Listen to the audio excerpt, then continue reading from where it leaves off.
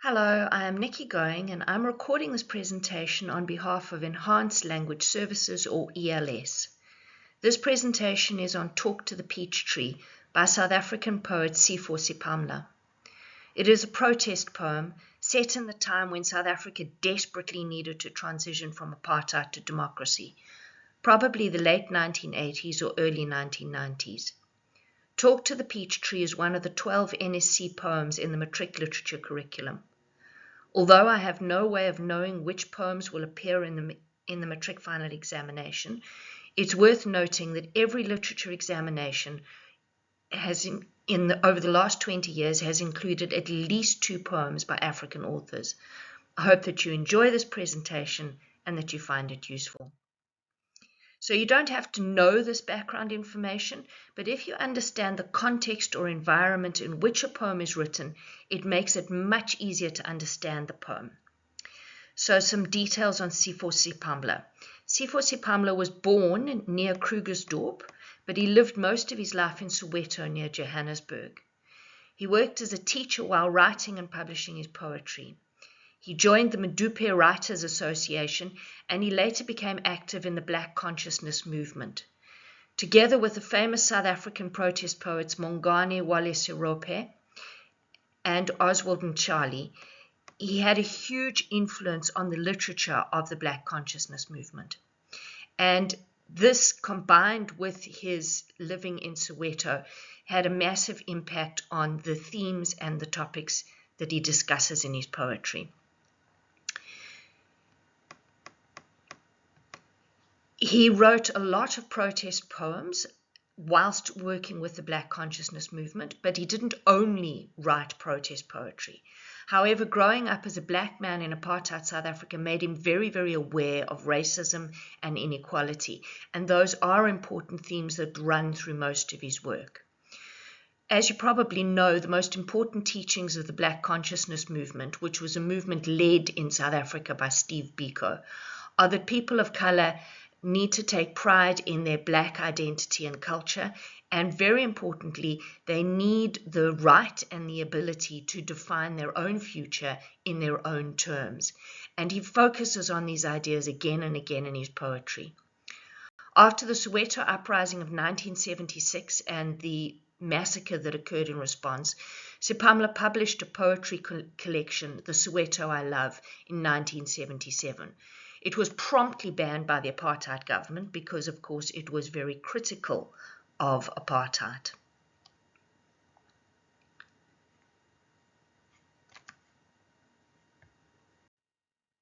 Sepamla went on to write further volumes of poetry, which included many protest poems, and he wrote throughout apartheid and continued to write after 1994, so he was a very prolific writer. And although he's most famous for his protest poetry, some of his poetry isn't so much protest poetry as a simple celebration of ordinary people and their everyday lives.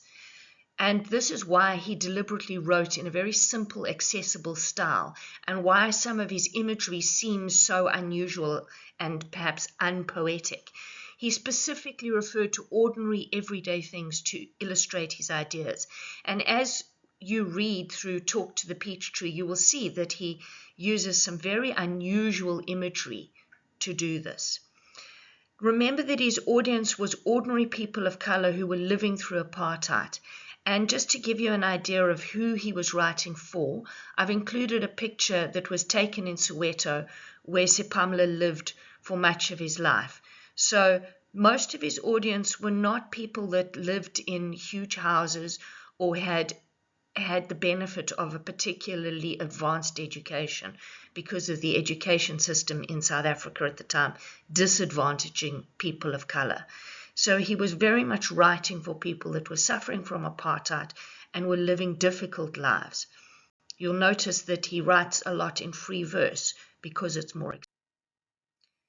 Sepamla promoted black artists and art and culture throughout his life. He founded the Federated Union of Black Artists, now the Fuba Academy of Arts, and edited the literary magazine New Classic and the theatre magazine Sketch. After 1994, he became a member of the government's Arts and Culture Task Group. He died in 2007 and left a legacy of beautiful writing that has had a huge impact on South African and African literature. He published several volumes of poetry and novels, and he received the Thomas Pringle Award in 1977 and the French Order des Arts and des Lettres for his writing. Talk to the Peach Tree was written during a very troubled time in South Africa's history. The exact publication date is unknown, but it was probably written in the 1980s when P.W. Botha was president. And he was nicknamed Die Groot Krokodil, or the Great Crocodile, for very good reasons. Or it could have been written in the early 1990s. The poem highlights the desperate needs for negotiations between people of color and the apartheid government. Sepamla uses the image of the peach tree in many of his poems, including in The Will, which I show at the end of this presentation, where he humorously says that he is leaving his peach tree to his children after he dies.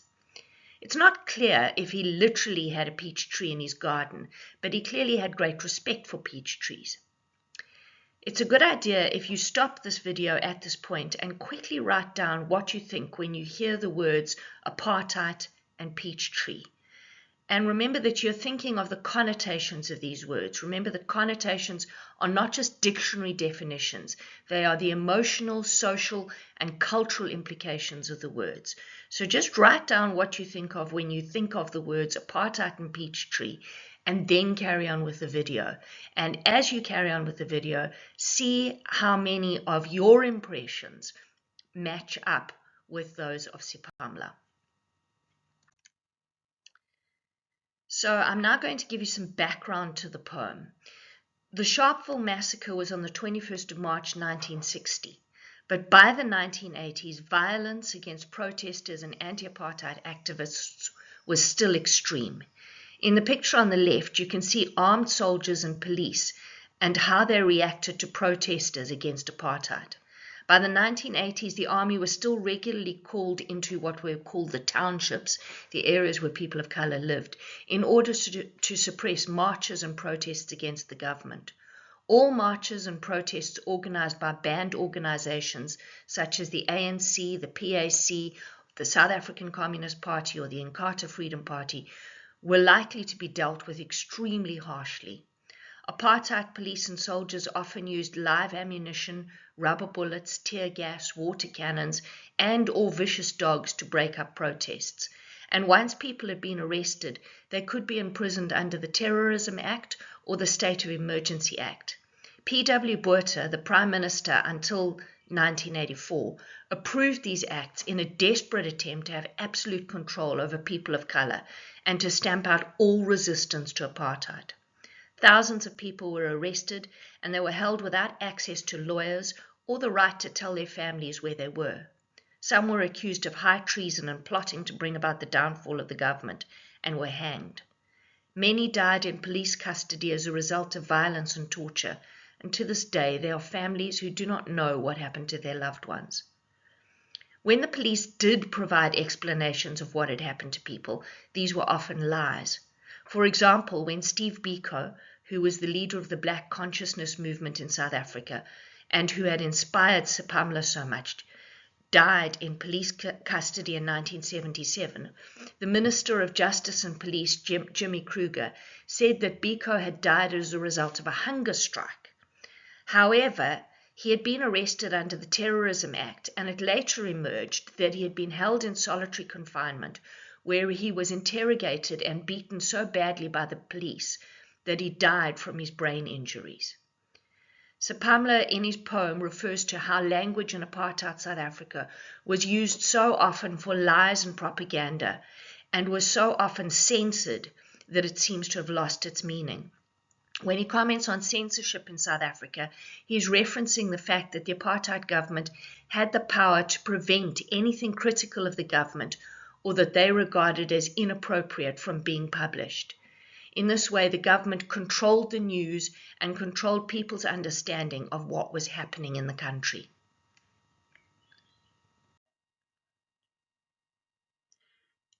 As you know, the aim of apartheid was to segregate every aspect of life and to keep black, white, coloured, and Indian people separate or apart, as in apartheid, at all times. The biggest emphasis was on keeping white separate from all people of colour. Shops, transport, public services, hospitals, educational facilities, and living areas were all allocated according to colour. This often had terrible consequences. For example, people would sometimes literally die because they'd been injured or they were ill, and the wrong coloured ambulance would arrive to fetch them, and then leave without giving them medical treatment. The government also spent far more money on facilities for white people. For example, in 1982, the apartheid government spent approximately 1,211 rand per year on educating the average white child, and 146 rand per year on each black child. This inequality was completely deliberate, and it ensured that black people faced enormous obstacles if they were going to qualify to do anything but manual labour.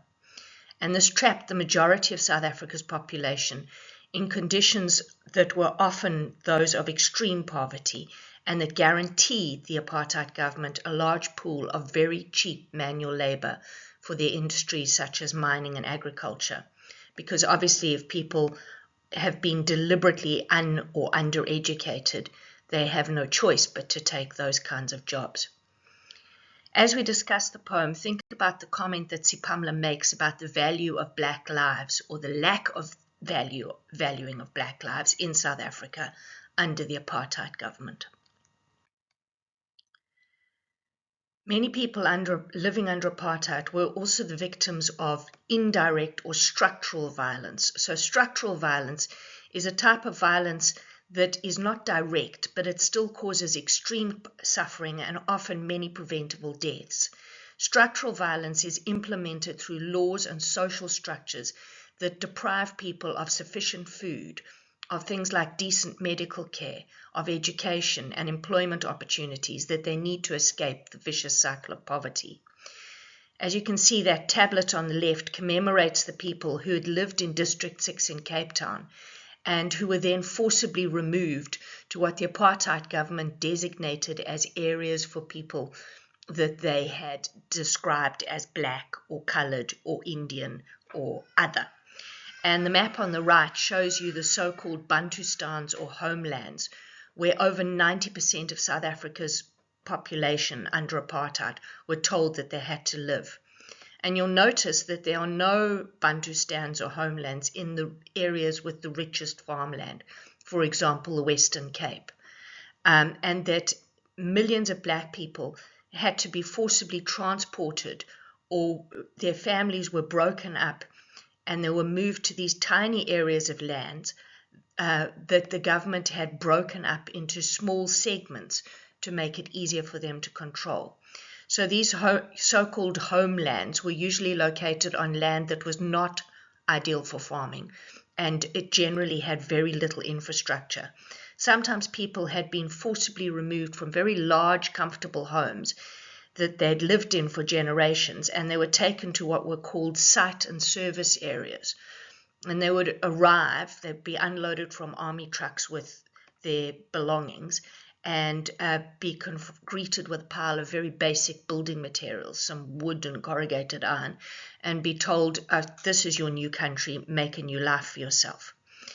So think about who or what has the right and ability to travel wherever they want to in Sepamla's poem, and therefore the comment that he's making about apartheid and the effect of the apartheid laws. By the 1980s, banned organizations such as the ANC, the PAC, and the Inkatha Freedom Party had become militant and had started bombing campaigns and campaigns of violent resistance. They tried to limit civilian casualties, but thousands of people were injured and died. South Africa's apartheid government was condemned by most foreign countries, and the country faced severe economic sanctions. There was a growing fear that the country would tip into civil war.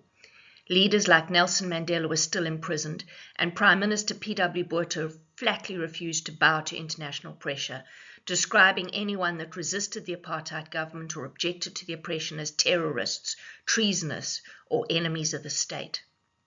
The photograph on the right shows an anti-apartheid protest in the Netherlands.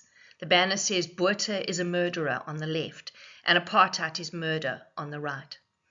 The photograph on the left shows P.W. Botha, who eventually retired in 1984 and was replaced by President F.W. de Klerk, who was far more open to negotiations, particularly as by the end of the 1980s, South Africa was becoming ungovernable, and the economy had been so badly damaged by international sanctions, which had been implemented because of international outrage at apartheid. Internal resistance, such as marches, boycotts, and protests, had become so intense that the country would go for days without manual labor, and the economy would practically grind to a standstill. By the end of the 1980s, even the South African apartheid government realized that if the country was to survive in any form at all, they had to unban the previously banned organizations, and they had to start negotiations, and as Sepamla says in his poem, they needed to start talking. By the late 1980s, the apartheid government had no choice but to enter secret negotiations with banned organizations such as the ANC and anti-apartheid organizations such as the South African Council of Churches. Previously banned organizations were unbanned, and Nelson Mandela was released from prison in 1990. He had been jailed for 27 years by the apartheid government. Ultimately, this made official talks about talks possible. Eventually, the CODESA talks were held, where the apartheid government negotiated with previously banned organizations such as the ANC to arrange a transition to a peaceful democracy. However, the transition to a democratic South Africa was neither easy nor peaceful. Thousands of people died from the violence as different groups struggled for power, and there is a lot of evidence that the apartheid government deliberately contributed to this violence.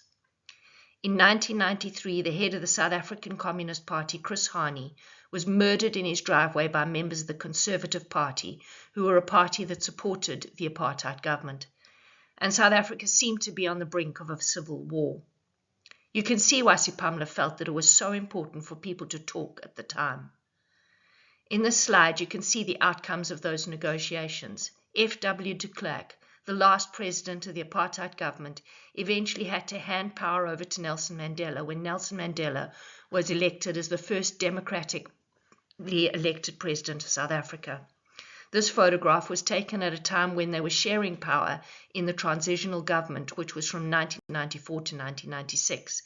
And de Klerk was the deputy president of South Africa, and Nelson Mandela was the president. You can see de Klerk sitting behind the table and Mandela raising the Black Power salute.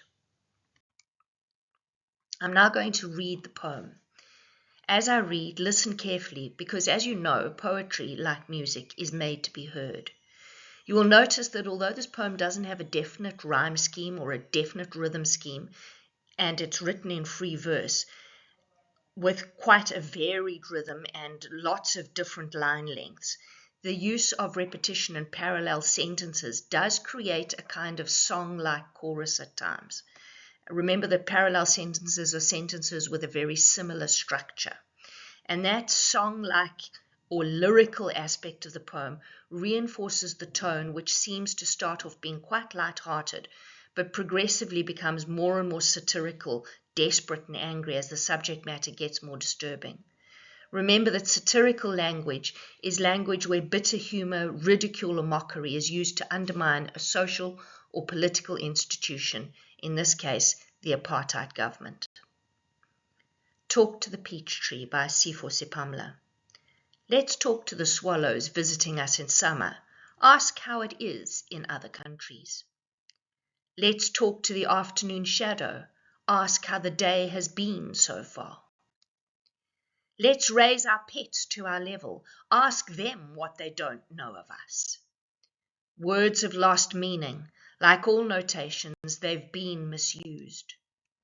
Most people will admit a whining woman can overstate her case. Talk to the paralyzing heat in the air. Inquire how long the mercilessness will last. Let's pick out items from the rubbish heap. Ask how the stench is like down there. Let's talk to the peach tree. Find out how it feels to be in the ground. Let's talk to the moon going down. Ask if it isn't enough eyeing what's been going on. Come on, let's talk to the devil himself. It's about time. As I analyze the poem, remember that reading poetry is a process of letting the poem and the poet speak to you. Reading poetry is a skill. It should not be about learning content off by heart. This is why I suggest that as I speak, you take notes, highlight key phrases, and make your own notes about what you think Sepamla is saying and how he communicates his ideas.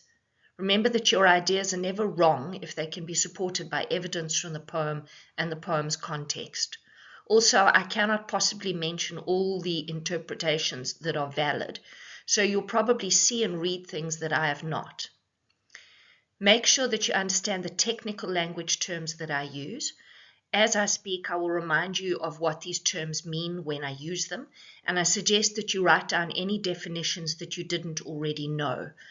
It is very difficult to analyze literature and poetry if you cannot use the correct vocabulary or if you don't understand the vocabulary.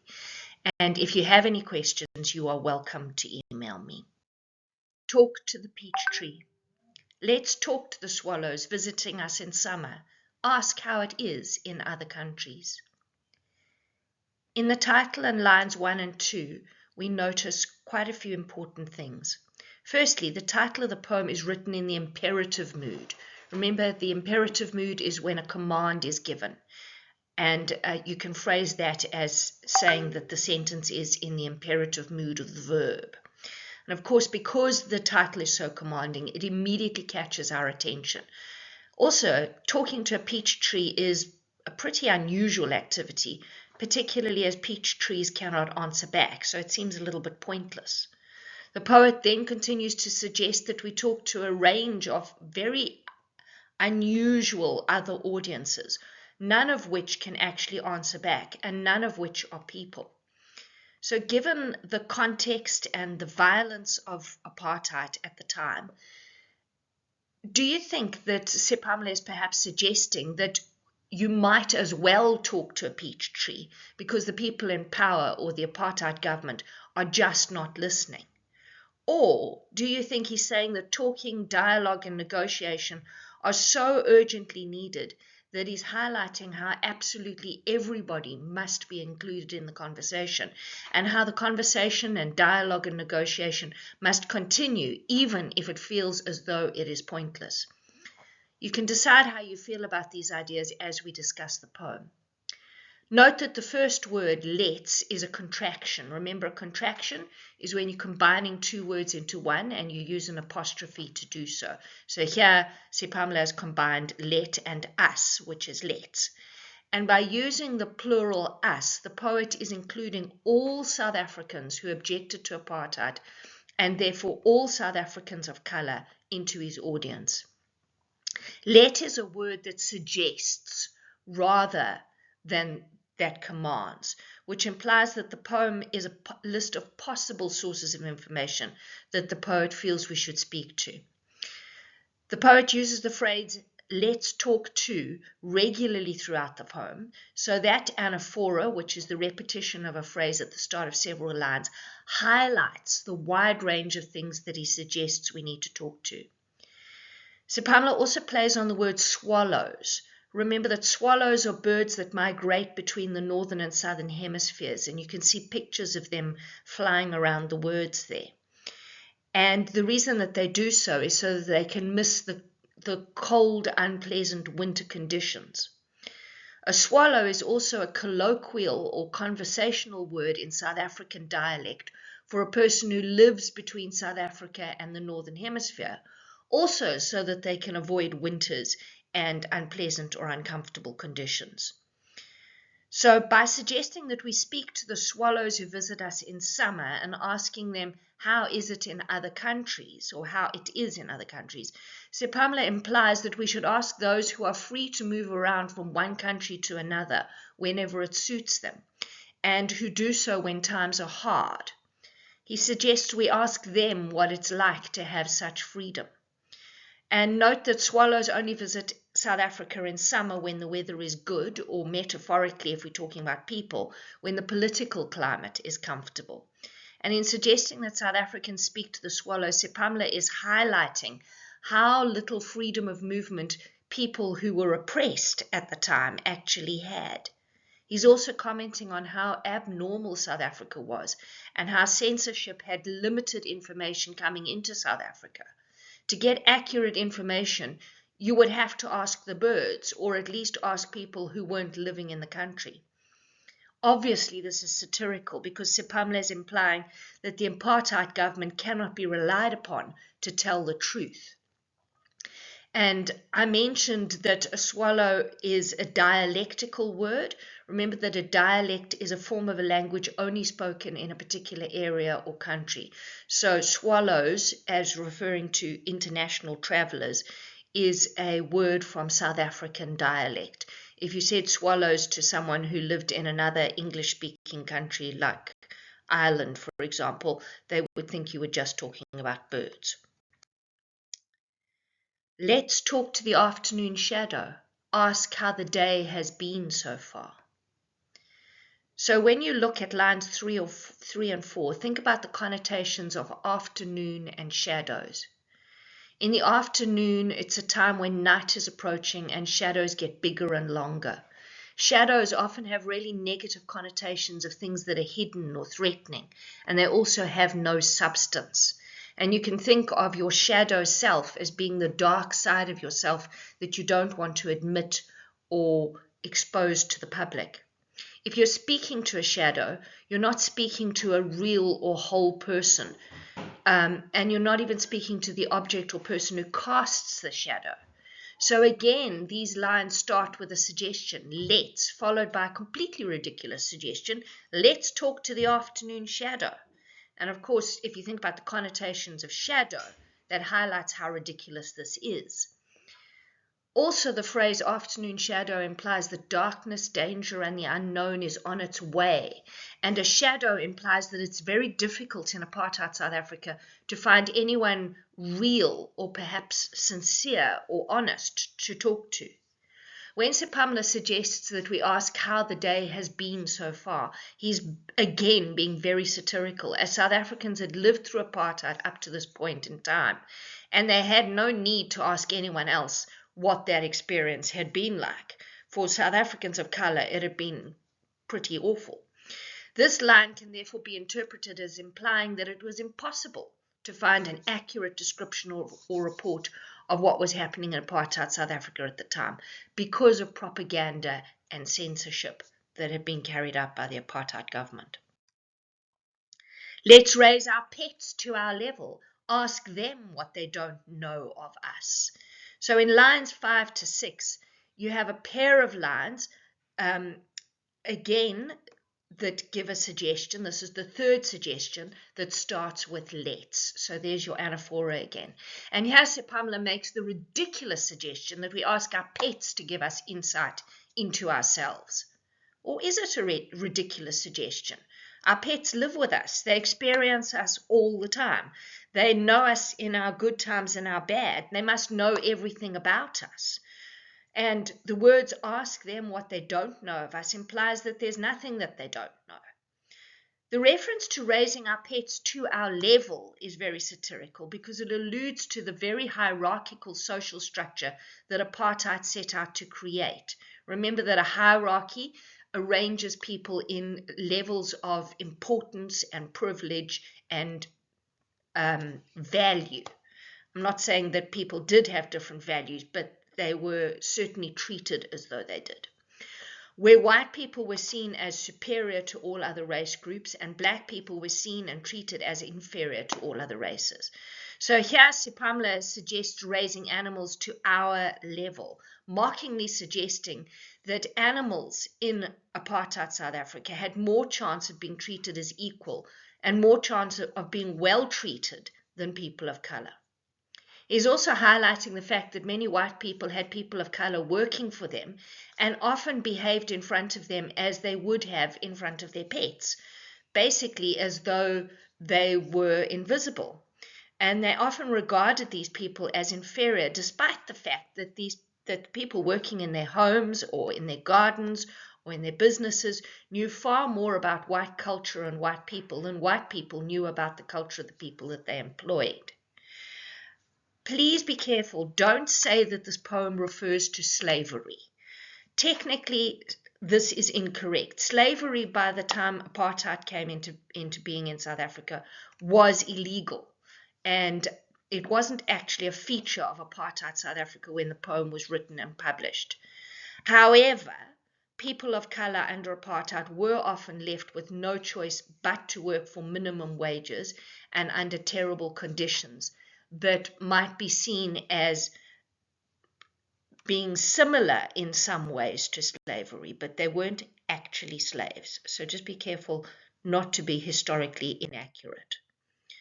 Words have lost meaning. Like all notations, they've been misused. So in line 7 to 8, Sepamla gives us an idea of why he's suggesting we talk to ridiculous things like swallows and shadows and our pets. It's because in apartheid South Africa, language itself no longer worked as an effective way to communicate.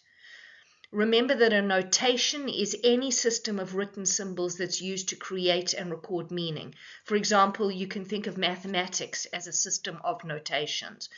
Written music is communicated through musical notations, and the various alphabets and writing systems found all over the world are also systems of notations. And in these lines, Sepamla is saying that words, language, and all systems of notations and meaning have been so twisted and abused in apartheid South Africa because of lies, propaganda, censorship, and the laws that inflicted various labels on people that they have actually lost their ability to honestly or accurately communicate meaning. So he's describing how words are being misused to the point where it's impossible to find out what's actually true or real. And he says, therefore, words have lost meaning. And he seems to despair of people ever being able to talk meaningfully or to negotiate and to create a better future. Most people will admit that a whining woman can overstate her case. In lines 9 and 10, it sounds horribly and surprisingly like Sepamla is suddenly being sexist and misogynistic and attacking women. Remember that a misogynist is someone who hates women. However, these lines are an allusion, a reference to a text outside of the poem.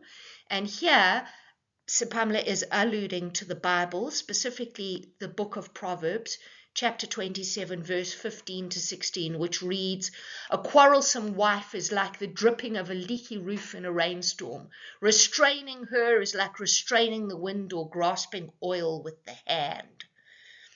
So these lines from the Bible emphasize that it's impossible to live happily with a partner or control their behavior when you are constantly fighting with them.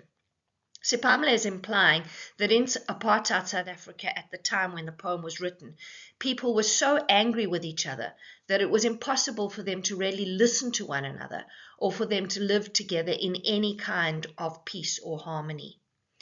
He's also implying that the people of South Africa were actually locked into a very close relationship, almost like a marriage, even if it was an unhappy and destructive one. And he's highlighting that the apartheid government's description of people in South Africa in their propaganda as living through apartheid in a state of happy but equal separation was an absolute lie, and it was impossible. You can also read these lines as a mocking imitation or parody of the apartheid government's propaganda response to complaints from people of color when they spoke about how they'd been oppressed.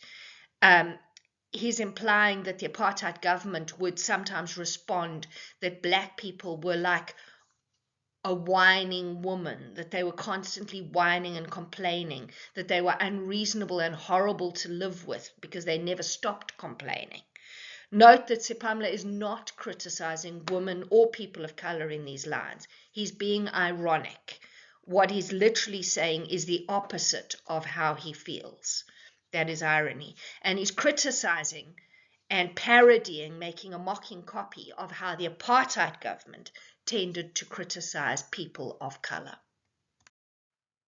Talk to the paralyzing heat in the air, inquire how long the mercilessness will last.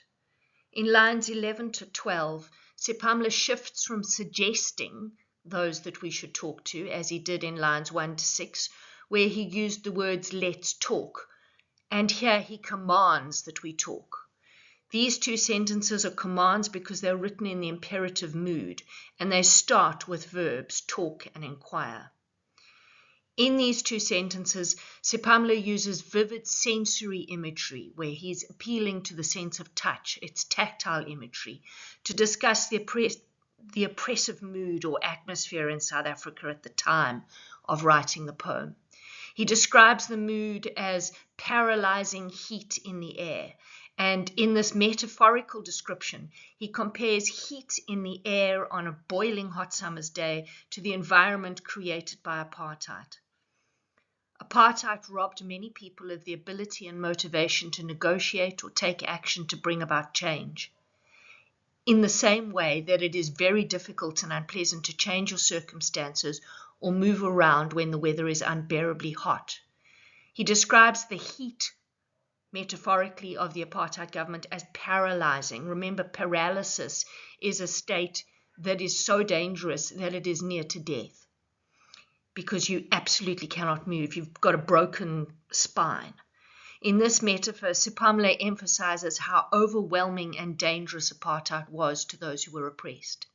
In line 12, he says that those who are oppressed by apartheid should inquire how long the mercilessness will last.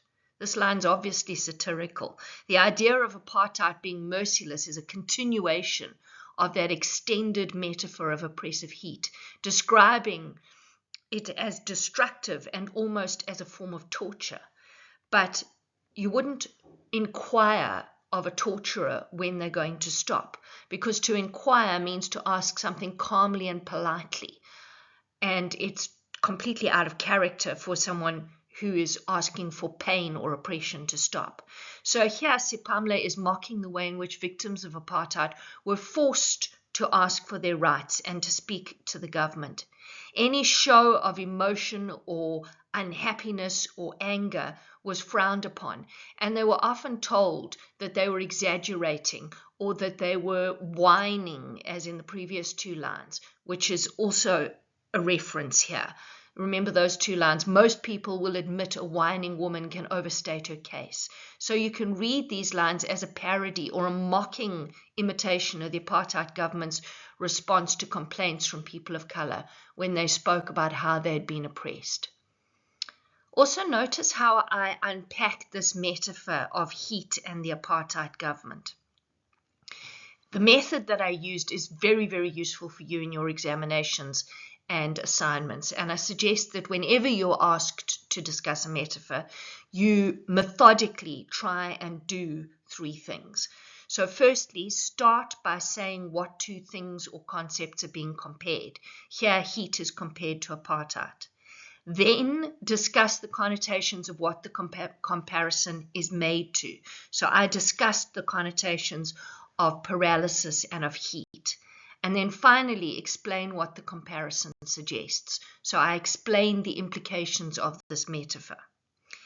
If you're methodical, metaphors are much, much easier to discuss, and this is an easy source of marks in contextual questions.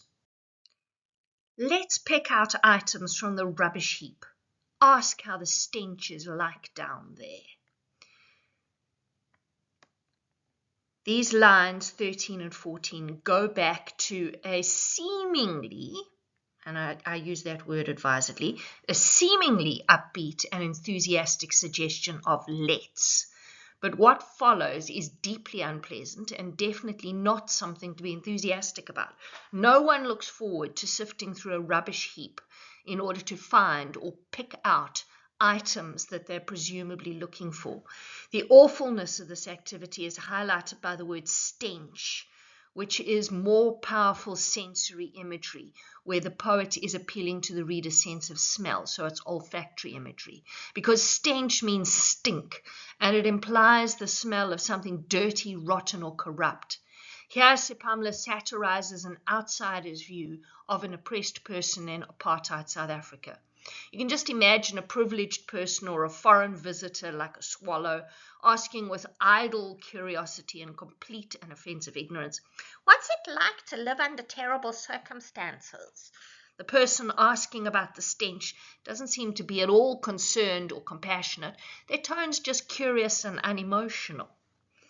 And of course, that image of a person sifting through a rubbish heap trying to find things that they can live on or live off, as the people in the picture are doing, is a terrible one, and it implies that apartheid South Africa was a rubbish heap where people who were oppressed had to pick through the rot and the dirt and the decay and the corruption to try and find scraps to live off.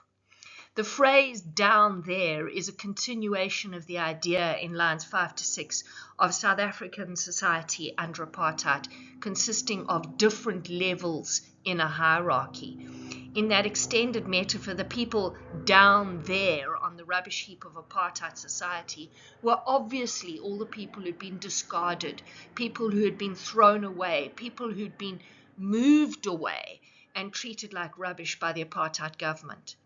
In this extended metaphor of a social apartheid rubbish heap, the word stench implies that the apartheid government had forced people of color into circumstances that were filled with rot, corruption, and dirt, circumstances that literally and metaphorically stank. I think the stench can also refer to the behavior of the apartheid government, that it was dirty, rotten, and corrupt. And again, notice how I discussed this metaphor of the rubbish heap by using that three-step process that I had explained to you in the previous slide. Let's talk to the peach tree. Find out how it feels to be in the ground. Lines 15 and 16 reference the title, Let's Talk to the Peach Tree. But remember that the title was Talk to the Peach Tree, which implies that it is most important to speak to the peach tree. Now, the peach tree is a bit of an oddity, but remember that Sepamla thought very highly of peach trees. He even described leaving a peach tree to a relative in his poem, The Will, after he had died. Notice that there is a contrast here between speaking to a peach tree and speaking to the items that are immersed in the stench of a rubbish dump. Peach trees have positive connotations. They're fruit trees. They have connotations of providing sweet nutrition, welcome shade in the heat, shelter for small animals. They also lose all of their leaves in winter. And in this line, Sepamla emphasizes that the peach tree is in the ground. The connotations of being in the ground are ambiguous, which means that they can be interpreted in more than one way. The positive connotations of being in the ground are that roots provide stability, a clear connection with the land, a sense of being trustworthy, solid, stable. Interpreted in this way, the peach tree could symbolize the people of South Africa who opposed apartheid. There is a sense that they, like the peach tree, nurture their surrounding communities, that they provide refuge and stability in an uncertain world, that they will endure and flourish again, no matter how damaged they may be by the metaphorical winter storms or troubles inflicted by apartheid. Like the peach tree, when summer comes, they will flourish again. It implies that they are of the land and connected closely to it, as people of color are of Africa and are connected to the land, regardless of, despite laws like the Group Areas Act. However, in the ground also has connotations of being buried or close to death. And if you are in the ground, you are unable to move, just as trees are rooted and cannot move around at will. Contrast that imagery of the peach tree that is stuck in one place with the swallows in lines 1 and 2. Life under apartheid for oppressed people had similar consequences or connotations. High levels of violence links apartheid to death, to a loss of opportunities, which has the implications of living a restricted life and of being metaphorically buried alive. And apartheid resulted in severe restrictions on people's movement because of laws like the Passport Laws and the Group Areas Act. In these lines, Sepamla suggests that for a real, true insight into life under apartheid, the best people to speak to are people of colour. Failing that, he satirically suggests a peach tree has had similar experiences to the average South African of colour under apartheid.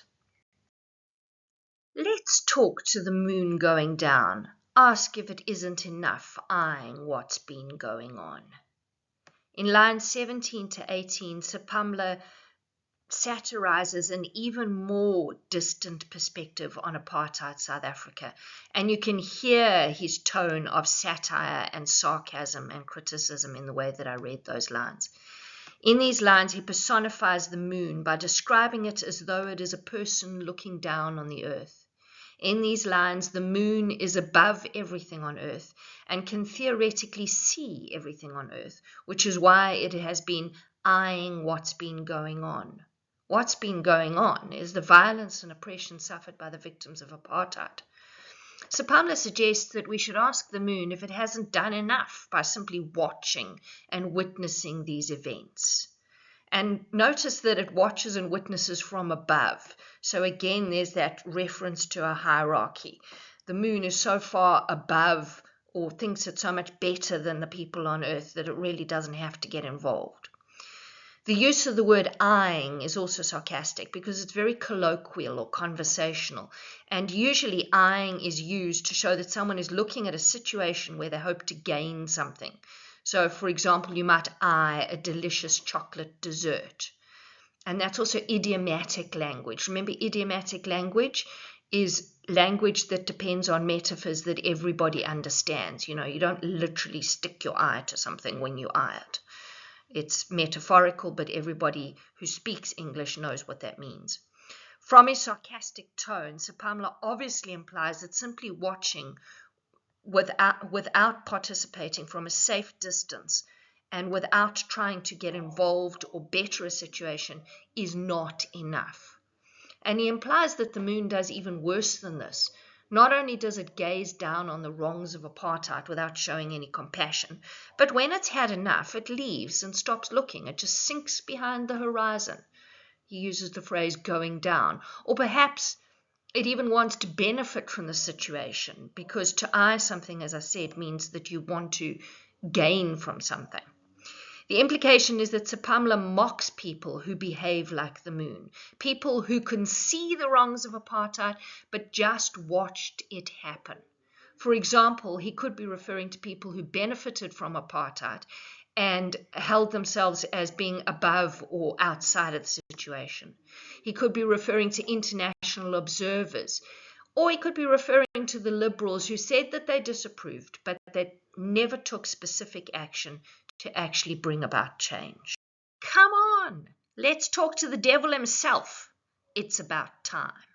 In lines 19 to 21, which are the final lines of the poem, Sepamla emphasizes that no matter who South Africans need to talk to in order to bring about positive change or an end to apartheid, they need to do it. Even though he feels like negotiations and discussions are unlikely to work, and that the people that must be spoken to are probably and possibly totally evil, he describes them as the devil himself, people must still talk. Sepamla's tone is emphatic when he says, come on, in lines 19, and he emphasizes that the people of South Africa have waited far too long for negotiations when he says, it's about time. This is a sarcastic, idiomatic expression that means that a person is tired of waiting and that they're complaining about inefficient service. And it links back to that idea of inquiring politely when the mercilessness will end. Remember, sarcasm is when irony is used to mock or criticize. So he is again saying meaning the opposite of what he's literally saying. And idiomatic language is metaphorical language commonly used and understood by speakers of a language. So South Africans commonly say it's about time, okay? The devil could also refer to specific people within the apartheid government whom freedom fighters had often seen as evil or devilish figures. For example, P.W. Botha or F.W. de Klerk. I've given you 2 questions for discussion that are similar to poetry essay questions that are typically asked. The first question, in Talk to the Peach Tree, Sipho Sepamla insists that dialogue is essential, no matter how difficult it may be. Validate this statement by means of a careful analysis of the structure, imagery, and tone of the poem. The second question is, in Talk to the Peach Tree, Sipho Sepamla satirizes the apartheid government. To what extent do you agree with this statement? Substantiate your response by carefully analyzing the tone, diction, and imagery in the poem. I'm only going to give you some suggestions of things that you could comment on if you were asked to write on either of these 2 poetry essays in an assessment. And depending on how you structure your response, the points that I'm going to discuss are actually relevant to both essays. So I'm not going to split my suggestions into the 2 different essays. So in terms of structure or how the poem is built, the poem is written in free verse, which means it doesn't have a regular rhyme or rhythm scheme. This increases the sense of uncertainty and unpredictability in the poem and highlights the nature of the political situation during apartheid, which was uncertain and unpredictable. Sepamla emphasizes throughout the poem how difficult dialogue in South Africa under apartheid is.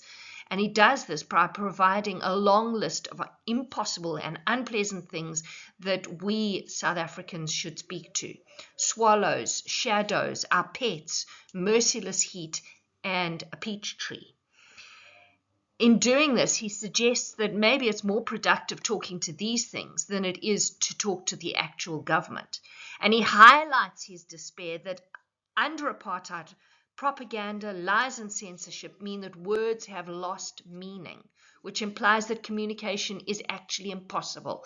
Even language has failed and cannot refer to reality anymore. Sepamla highlights the ruthless nature of apartheid by using emotive sensory metaphors to describe the suffering that apartheid causes. Diction or word choices such as paralyzing heat, rubbish heap, and stench all highlight the destructive and painful nature of apartheid. The government's cruel detachment is satirized when Sepamla compares it to a person asking a rubbish picker what the stench is like down there, or the moon looking down on an earth in turmoil and then placidly sinking below the horizon.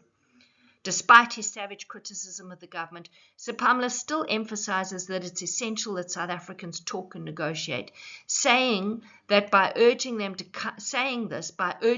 come on and be prepared to talk to the devil himself if they have to.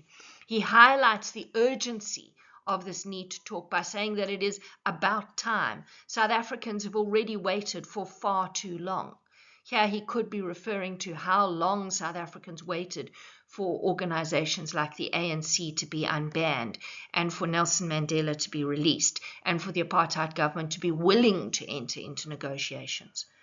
So you can see the message of the poem as being paradoxical or inherently contradictory, perhaps even illogical. It's extremely difficult to speak to the apartheid government, and the odds of talks being productive are very low. But Sepamla still emphasizes that it's essential, it's urgent that all South Africans talk.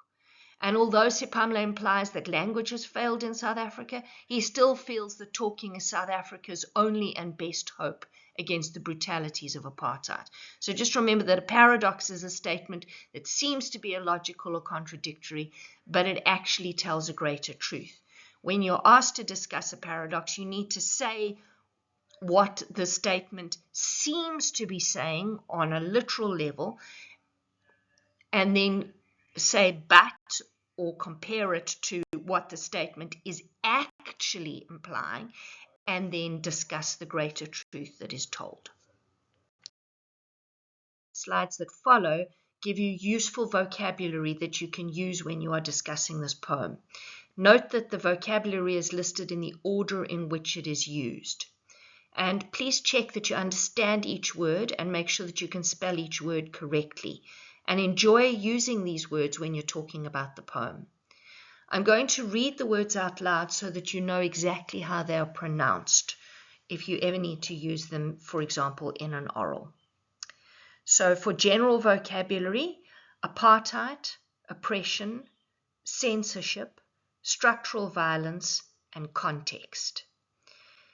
For vocabulary that you can use when you're talking about the structure of the poem, the way that it is built, free verse, protest poem, parallel sentences, repetition, diction, which includes colloquial language and dialect, and contractions.